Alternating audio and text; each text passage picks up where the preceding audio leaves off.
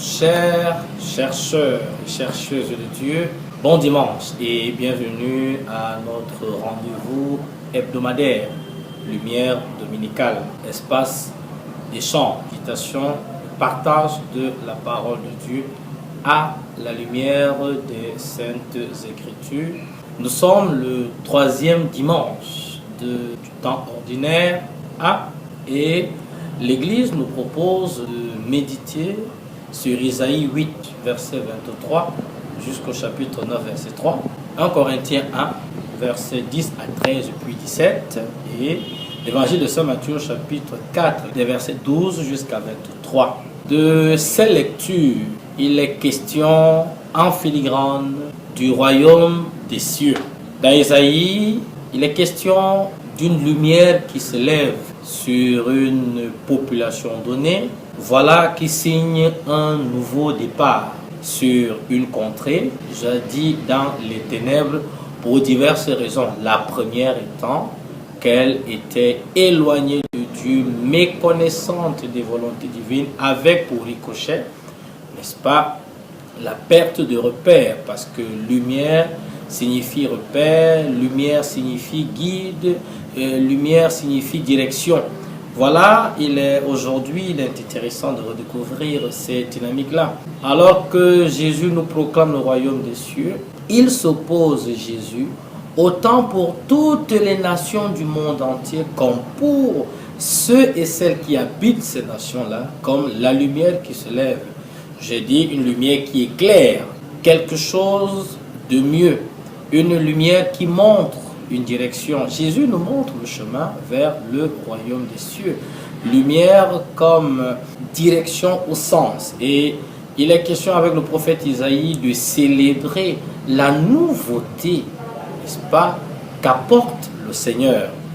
Zaboulon, Nephtali, une lumière s'est levée pour que tu puisses prendre un nouveau départ, pour que tu puisses connaître les lendemains meilleurs.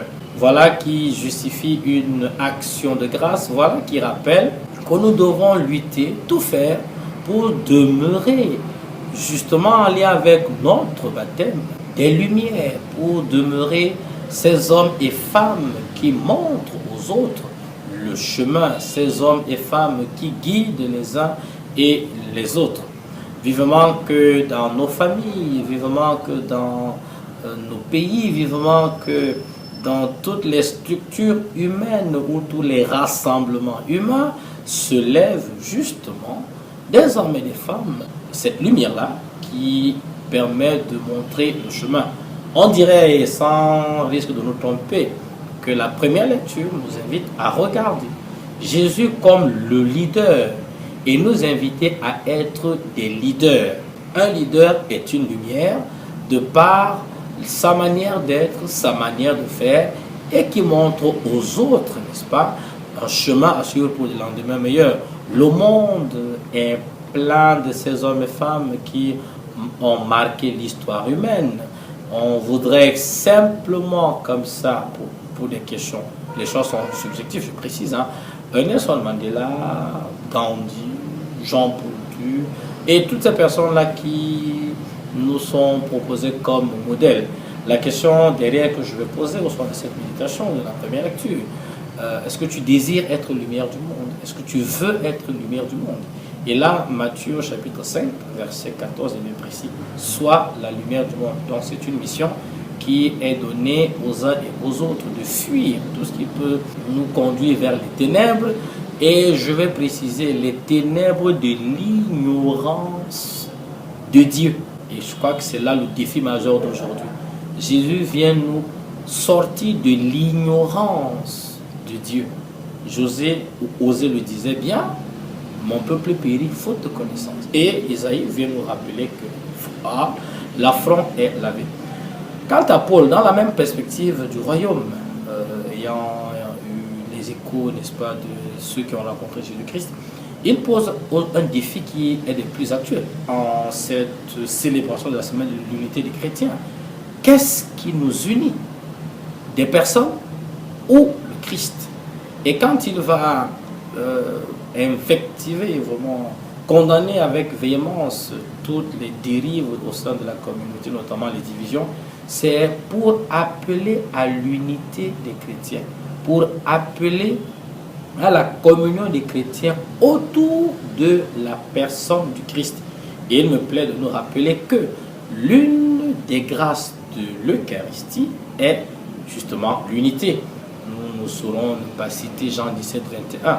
Et nous dire que plus une communauté est divisée, moins son témoignage est crédible.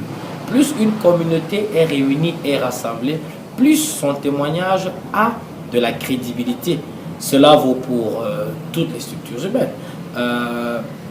À nous maintenant de savoir quelles sont les raisons pour lesquelles nous nous divisons, ou au mieux, quelles sont les raisons pour lesquelles nous sommes réunis. Paul va nous rappeler que les divisions qui se font autour des personnes ou autour des choses passagères ne valent pas la chandelle. On a été baptisé au nom du Père, du Fils et du Saint-Esprit. Il ne faudra jamais l'oublier. On n'est pas baptisé au nom d'un quelconque pasteur, d'un quelconque prêtre, si brillant soit-il. C'est que les chrétiens n'ont pas à se positionner en fonction de ces choix qui ne sont que subjectifs et qui n'ont rien à voir avec la foi. Au contraire, il va aller loin. Tous, que ce soit Paul ou Apollos, on est au service du Seigneur, nous plantons et c'est le Seigneur qui arrose. Et bien que chacun tire toutes les conséquences, n'est-ce pas, de cette interpellation de Paul. Toute division de la communauté chrétienne est un scandale et il ne faut pas trouver d'excuses à cela. Et c'est pour ça que la béatitude, heureux les artisans de paix, tous ces hommes et femmes qui œuvrent à l'unité, à la communion, qui refusent de toute leur force à ce que les choses, les structures éclatent, se divisent, sont des personnes pour lesquelles il faut prier et il faut encourager. Tout compte fait, l'union, la communion est un signe du royaume. Peut-on espérer entrer au ciel ou être citoyen du royaume des cieux en n'étant pas agent d'unité? La réponse est effectivement négative. Et c'est justement ce que le Christ va rappeler dans l'Évangile. Il prend le temps au soir d'une nuit, après que Jean-Baptiste ait connu le sort qu'on lui connaît. Jésus se retire pour que la mission continue. Alors dans l'Évangile, on a trois idées forces. Il y a un, le rappel de la proximité du royaume des cieux. Le règne de Dieu est parmi vous. Ce règne de Dieu, en fait, il faut le dire, est la personne de Jésus-Christ. Jésus est le règne de Dieu, bien qu'il l'inaugure. Déjà, pour qu'on ne le cherche plus ailleurs.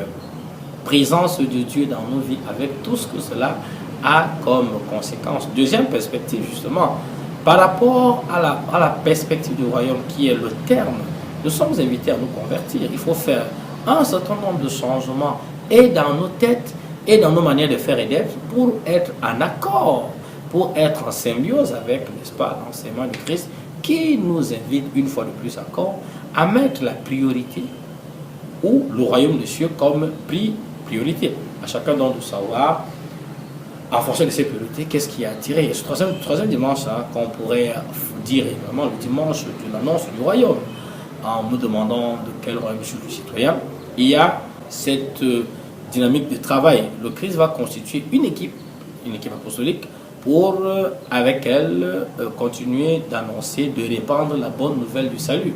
Hier, c'était les apôtres. Aujourd'hui, c'est toi et moi, c'est tout baptisé, c'est tout chercheur de Dieu qui a le devoir de continuer cette mission. Les moyens nous sont donnés, nous les avons, à nous donc de les mettre réellement en pratique. Il me plaît de rappeler que dans la même logique, en termes de lumière, quelque part dans les Saintes Écritures, Jésus dit quelque chose de très intéressant et qui est très très simple. Faites le bien, faites seulement le bien, afin que les hommes voient vos œuvres qui sont bonnes et qu'ils rendent gloire à Dieu. C'est finalement ça, être lumière du monde, faire de bonnes œuvres. Être lumière du monde, c'est refuser les divisions, c'est lutter contre toute forme de division. Faire les bonnes œuvres, c'est être ce promoteur des causes nobles, des causes justes, des causes qui fassent grandir l'humanité. Alors, au soir de ce temps, chers amis, chers frères, chères sœurs, nous pouvons dire un vibrant merci au Seigneur qui nous rappelle qu'il est la lumière du monde, qui se lève sur ceux et celles qui ont la mission de conduire les peuples ou le peuple, j'entends les leaders, qu'ils soient politiques, économiques, culturels, bref, tous ceux qui doivent assumer un mandat, nous-mêmes, parce que baptisés, nous sommes appelés à être ces lumières-là. C'est une responsabilité, parce que c'est une mission qui est exigeante et qui est noble. Et en lien avec le royaume des cieux, rappelons-nous que nous sommes citoyens des cieux. Et c'est pour ça que Paul, dans l'Épître aux Colossiens, chapitre 3, verset 4, je pense, nous dit rechercher les réalités célestes à partir de celles terrestres. Il y a là toute une mise en perspective intéressante. Eh bien, mon frère, ma soeur, que nous nous rappelions que nous sommes des pèlerins en marche vers le royaume des cieux et qu'il demeure simplement notre priorité absolue. Que fais-tu pour que le royaume des cieux demeure en toi?